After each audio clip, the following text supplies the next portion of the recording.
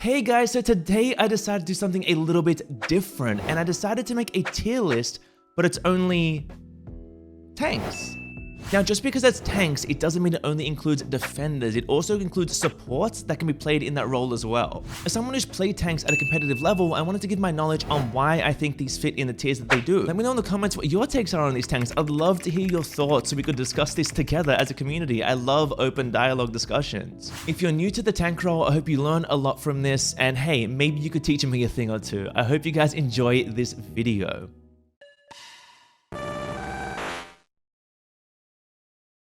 Hey guys, welcome in. So today we're going to be doing a tank tier list. Now, before I get into it, I just want to quickly say that as of the time that I'm recording this video, I am less than 100 subscribers away from 6,000. Now, that may not seem like a lot to you, but to me, that is a huge deal. When I first started this channel, I was surprised that even one person wanted to watch my content. I hope that if this is your first time by the channel, you check out the channel a little deeper, you hit that sub button, you dive in, and you find some content that you really enjoy. After all, I do this for you guys, and I'm so thankful for all the support that every one of you has shown me. Okay, so onto the tier list. Now, I'm going to start with Snorlax, and the reason I'm starting with Snorlax is that Snorlax to me is the definition of a tank. This to me is the best tank in the game. Like true tank, I think Snorlax is the best tank in the game. It has incredible HP, incredible defenses. It's really hard to take down. Block is incredible utility. It allows you to push people off of objectives, push people towards your team. It essentially just moves people out of position, which is a very valuable tool. And to get onto them and do that, you have a tool like Heavy Slam, which is not only mobility, but it's also a knockup that does a decent chunk of damage. I think Snorlax is incredibly valuable. Now, when it comes to Snorlax's Unite, I actually think it's really underrated. So Snorlax's Unite is really strong. If you use it correctly, you can eject into your Unite, and then you can cancel your Unite into a Heavy Slam. Or you can use your Unite for 2 knockups and get into a Heavy Slam, and then still have a little bit of stim from the Unite to move people with the block a little more effectively. It's a very useful tool. I think that Snorlax is genuinely very strong, and it is the ideal tank. And I think the reason that I'm putting it up in that S tier is because it has everything that a tank needs to have. It has bulk, it has sustain, it has crowd control, and it has utility. I think Snorlax is the perfect example as a tank, so it's a no-brainer for me to throw it up in the S tier. Now, Crustle. So this is interesting. I think Crustle, right now for me, probably sits down in the C tier. The Rock Tomb buff was very good. It was very good, and Rock Tomb is a lot more valuable. The issue is there's a lot of character with dashes, and the reason Crustle to me sits a little lower on the tier list is it needs a comp built around it to work. Something like Snorlax can work on every single comp. Something like Crustle doesn't, and that's the problem. If you're versing teams with a lot of dashes, you have to pair this with a Clefable to use gravity, and then they can just full heal and dash out of your wall anyway. It's a very useful kit. The problem is it's just not self-sufficient enough to be placed higher on a tier list in my eyes. I think that Crustle has a lot of potential, and if we do see pick ban in this game, I think Crustle is going to rise to the top of popularity because you will see teams counter-picking. You will see them banning out the dashy characters and leaving the ones like, say, Buzzswole, a little less mobile, and then start using Rock Tomb Crustles to trap those in and really punish them. And I think that's something that'll be really, really cool to see. I think X-Scissor is a great move. It's unfortunate that it can be interrupted by other moves, which makes it not as reliable, but it's also really solid. It's definitely not a bad move by any means. A lot of damage from a tank especially. Shell Smash is great if you're running a split push build. It's definitely useful on niche comps. So I think C, it's pretty niche, right? It's quite average and pretty niche, and in the right situation, it can really stand out. Stealth Rock with the recent buff is definitely quite good. I would say it's definitely quite good. The cooldown is always up. I do think X-Scissor is still a little better though, and Rock Tomb is in a much better spot, but it has too much counterplay, and you have to build around this Pokemon to make it work, which is why for me, it goes in a lower tier. Now, I just wanted to quickly go back onto Crustle. Now, I forgot to mention Crustle's Unite move. Crustle's Unite move is really strong. It is like the perfect anti-carry Unite move. If there's a meta where there's something like Greninja running the meta, Crustle's Unite is really strong to deal with that because you press the button, you get so much shield that the Pokemon can't take you out, and you just do so much damage on top of them. It's a really good anti-carry Unite. So Crustle definitely has that going for it as well. And I by no means think that C is a bad tier. There are no bad tanks in the game. This is just putting them against each other and think of what they can really do. Trevenant. Now, Trevenant to me actually goes, I would say, in the A tier. Actually, the B tier. I think Trevenant is quite strong. It does a lot of damage. It plays more of an all-roundery off-tanky role sometimes. It has good crowd control with Horn Leech, especially the double Horn Leech that you can get off if you execute it properly by using your curse and charging it to full. I think that Woodhammer, even after the buff, is pretty lackluster. I think that Pain Split is too niche. It doesn't have really many situations you're actually going to choose that over Curse. I think the Pokemon, over Horn Leech, not over Curse, because Horn Leech is just too good a move. It's too valuable. It heals you, it pushes them, it's so strong.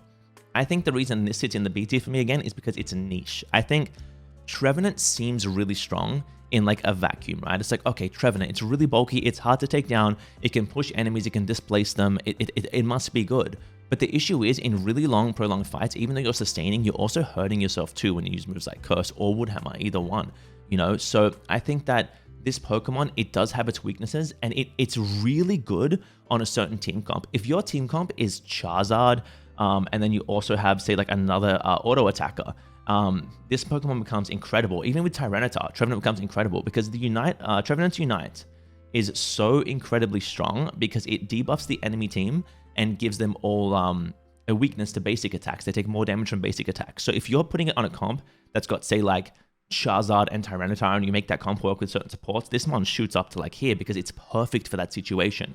But I think in the grand scheme of the game, it sits around here. Now in solo queue, arguably it could go around here because it is a little more self-sufficient with the sustain that it has. But I just realistically think that if I think about what I'm going to put in the A tier in between Snorlax and Trevenant, to me it would go here, but it's at the top of this, if not the bottom of the tier above it. Greedent. Now, this is barely a tank, to be honest. This is more of an all-rounder invader. Like, I guess it plays a disruption role. So this isn't playing your defensive tank role. This isn't playing your supportive tank role. It's playing more of a disruption role. This gets on the back line. It frustrates them. It invades their jungles. It runs around the map stealing farm. It scores some points. It split pushes. It does its job really well. And I think I would put it in this same tier here. I don't know if these are particularly ordered for me, but I would put it around this mid tier. I think it's better than Crustle because it's less niche than Crustle. It can work on more comps. I think Crustle is very niche. I think that Greedent is a very solid Pokemon. I think that its ability to invade is really strong. Its ability to survive and get around and harass is very, very good. It's performed very well. Bullet Seed is really good damage. Belch is really good secure. Stuffed Cheeks is great sustain and mobility. Covet, we know, is incredible mobility and even good sustain by picking up those berries. The passive lets you get off so many dashes in the early game. Greedent is genuinely a very good Pokemon. It struggles a little bit on some fronts of the game. It's not the best at like team fighting. Its team fighting isn't terrible. If you get in covered and knock people up a bunch, or if you're in your Unite just moving around, like it can definitely do some work. It's just, if you think tank, you don't really think Greedent. You think Snorlax, you think Trevenant, even Crustle. And I think Greedent, while it does its job really well, its job is not really that job of a tank. So I think it sits in this like middle tier here where it's good, it's a solid pick, but if you're picking this as your primary tank, your team may struggle a little bit. Next we have Blastoise. Now, this one breaks my heart because Squirtle is one of my favorite Pokemon ever because it was my first starter I ever chose back in Pokemon Blue, back in like 99 when I first started playing it. I picked Squirtle, and I think that Blastoise as a Pokemon is like up here. Blastoise itself, but unfortunately Blastoise comes with Squirtle, and Squirtle to me puts it down here. And I know that's hard to say because, so Blastoise, if you've noticed, if you've paid attention to the meta, Blastoise has never really been good unless it's been strong enough to jungle or to top lane and play this off tank role where it does a lot of damage. But playing a primary tank role, it really struggles at doing that. Now, a big reason for that is because Blastoise does a lot of damage, but it doesn't particularly farm very well. When you're Squirtle, you don't really last hit as often as you'd like to. Water Gun did get a buff recently and it is a little bit better, but you can't even deny, if you look back on your games, if you think about which Pokemon you see stuck at level 8 the most, it's probably Wartortle, because if you fall behind on this Pokemon, it is really, really hard to come back, and just what it does late isn't worth doing that, because Snorlax can do that tanky job better, with a little less damage of course, a lot less damage, but it gets there safely. Same with these Pokemon here. Trevenant does kind of the same thing, but it farms a lot safer. Even Crustle with X's, it can offer like a similar potential. Surf Blastoise with Hydro Pump, very good damage, very good push, incredible mon at putting people out of position and really disrupting them. I think that Water Spout Rapid Spin is an off-tank role, similar to something like a Greedent would like to do, where you go around the map and you do damage. You play almost like a jungler or an all-rounder, and it does a lot with a lot of potential. I think it's definitely a solid set. Blastoise is amazing, but I think Squirtle is what holds it back and puts it in the C tier for me. Okay, so now onto Mamoswine. Now, this to me is the best solo queue tank. Mamoswine has a lot of bulk to it. It offers crowd control with amazing damage. So Icicle Crash is a lot of damage and a lot of crowd control, especially teamed up with high horsepower. You're able to dash and push people out of position. You're able to do a lot of burst them, able to move around. It has a lot of natural bulk. It's a very tanky Pokemon and very hard to take down. And with the changes to Unite moves, it's really strong now. The Unite used to be a joke in the game But now that a lot of enemies don't get big shields on the unites, and you still do with Mamoswine, you can really bully a backline and really take them out with this. It's very strong for diving them. It's a different kind of tank to something like a Snorlax. With Snorlax, what you're looking to do is disrupt and set up your team. With Mamoswine, what you're looking to do is probably get a pick on a backliner, but also be the disrupting for your team. It's got that damage potential that something like Snorlax doesn't have. Trevenant does, but Mamoswine I think does it just a little easier, a little more effective. Especially since even though you are a 3-stage evolution Pokemon, you have a lot of lane pressure with Swinub. Swinub has a lot of freezing and a lot of annoyance and really bullies in the lane. It's the perfect counter to a lot of all-rounders, to be fair. You can't really melee into this Pokemon without getting incredibly frustrated. So Mamoswine to me just is an A-tier pick. I think it's very good. It's not quite the tank of all tanks, but in solo queue, I'd probably say it's the best tank. Okay, so now the last defender of the list, but not the last tank, is Slowbro. Now, Slowbro for me kind of sits down here with these guys, and by no means are any of these Pokemon bad. These are no bad Pokemon. It's just, I can't, in my right mind, justify putting this up with these ones. And the reason for that is Slowbro really lacks mobility. It's a very good Pokemon. Slowpoke can lane decently well. Water Gun is very good secure. If your enemy team is playing around it well, though, they can interrupt it, which is, it makes it a little tough. You have to play kind of mind games, but it is fairly strong. And then you have Surf, which is great crowd control, Scald, which is great damage, Amnesia, which is great recovery, and then Telekinesis, which is a very good move, but again, it can be interrupted by everything, which makes it a little lackluster. If you're Slowbro, Telekinesis is if the enemy is Slowbro, Telekinesis is your carry, and you're playing, say, Mamoswine, and you just boosted basic them and they freeze, then you cancel that. And that's very frustrating to deal with as a Slowbro player. Slowbro's Unite, though, is absolutely incredible, one of the best in the entire game. I think that if you catch the right carry at the right time with a Slowbro Unite, someone stepping out of position, it can win a game. It can win a fight and it can win a game. It's very valuable.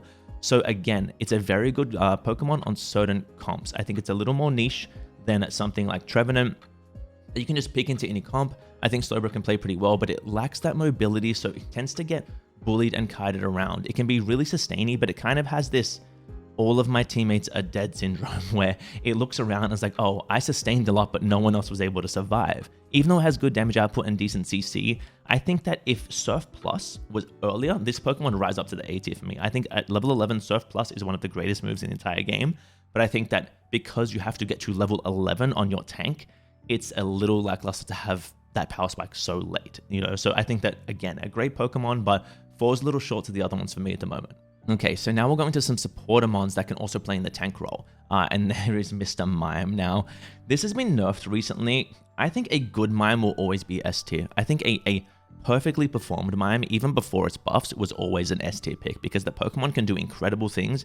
It's just got a very high skill cap and it is quite niche. So for me, I would put it here in the A tier.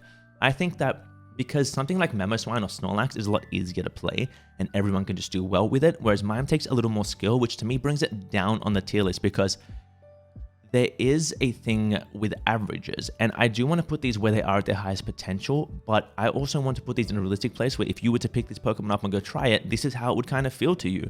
And I think Mime would feel like an A tier to most people, unless you're a Mime specialist, which brings it up a little bit, which I guess could be said for most Pokemon. I think that Barrier is an incredible move, especially on this new map. You can close off so many chokes.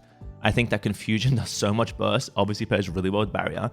I think Psychic, even after the nerfs, is quite strong, is still quite strong, and I think that Power Swap is incredibly broken. They've nerfed this move a few times. I don't think they've gotten it right yet. I think they need to do a bit more, but Power Swap is incredibly strong, and this mon can heal a lot and still dish out quite a bit of damage.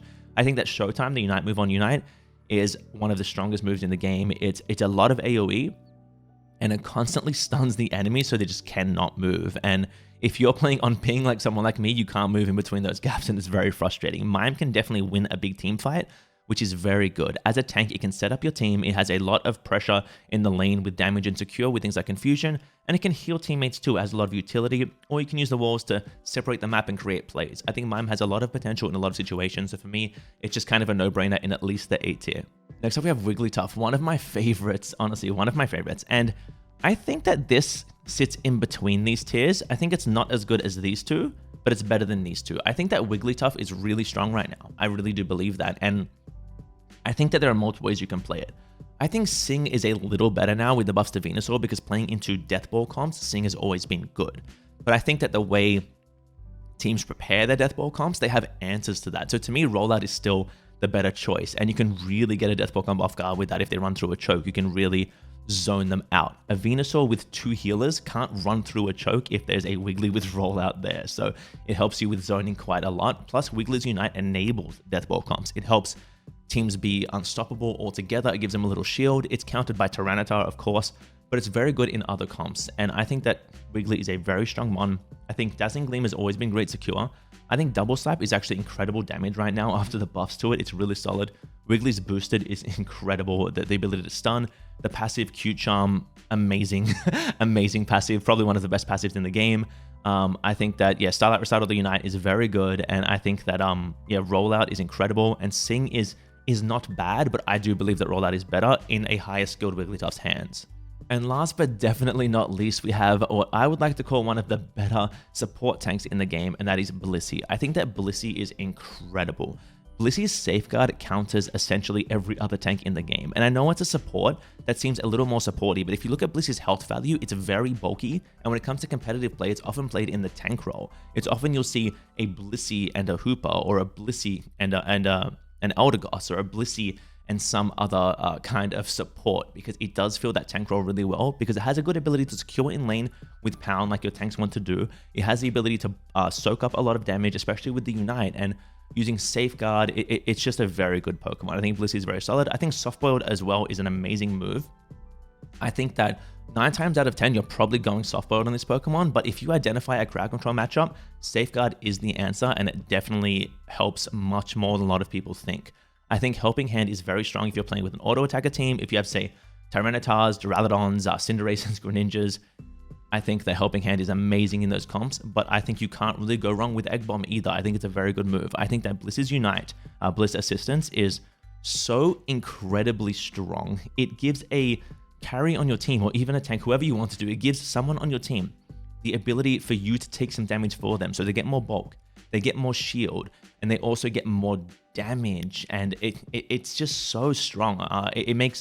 It really turns a fight. A good Bliss Assistance can turn a fight around completely and help your carry just snowball, and I think that Blissey is one of the best tank picks in the game because of the value that it offers. Now, I do think that you can definitely run it in the support role, and that goes for a few of these teams, because you could definitely run Snorlax tank with Blissey support, or Mime support, or Wiggly support. You can definitely run these comps. There's definitely something that does exist, but there are mons that can be played in the tank role, so I felt that it only made sense to put them on this list and compare them to the other tanks, because that's the role they're kind of primarily fighting for. Because more often than not, you're going to see something like a Clefable or an Eldegoss these days in that support slot, even Hooper on certain niche comps. So guys, I hope this was helpful. I hope you enjoyed this kind of video where I do a tier list of just the tanks, because this is the role that I know the best, that I play competitively. As you can see from the list, that there's no D tier tanks. There is no bad tank. They're all very good, just in the right situations. And I think Blastoise, if Squirtle got a little more love, or maybe even Wartortle got some more base stats or something, this Pokemon would really rise up the ranks, because it's very good.